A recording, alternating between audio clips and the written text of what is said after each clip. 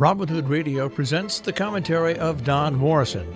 Don is a former editor at Time magazine. He's an author, lecturer, and member of the Berkshire Eagle Advisory Board. I dreamed I saw Joe Hill last night, alive as you and me. No, I'm not going to sing the rest of that great old song about an early 20th century labor movement hero. Joan Baez did it so well at Woodstock. But I woke up the other day with the song in my head and some interesting news on the radio. An 11-day strike was over.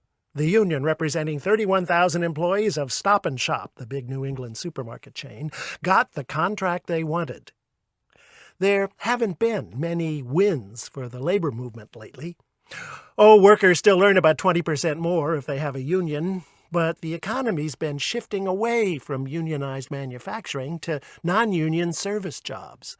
Politicians have been passing anti-union laws and trying to convince us that unions are evil. Result? In the past 3 decades, the unionized share of the workforce has shrunk by half. It's now under 11%. That's partly why wages have barely kept pace with inflation, fallen behind productivity gains. It's hard to get more pay if it's just you up against your bosses. But something is stirring. Last year, there were 20 major labor walkouts in the U.S., triple the number the year before, and the most since 1986. So far this year, we've had big strikes by teachers, nurses, hotel and fast food employees, flight attendants. American workers are fed up.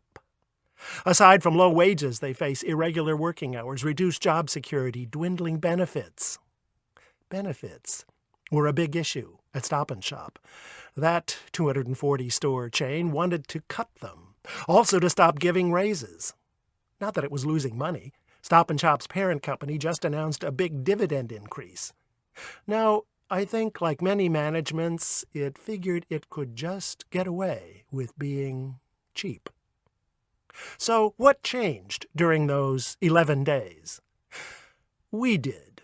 So many customers refused to cross the picket lines that Stop & Shop was losing $20 million a day. My local store was mostly empty.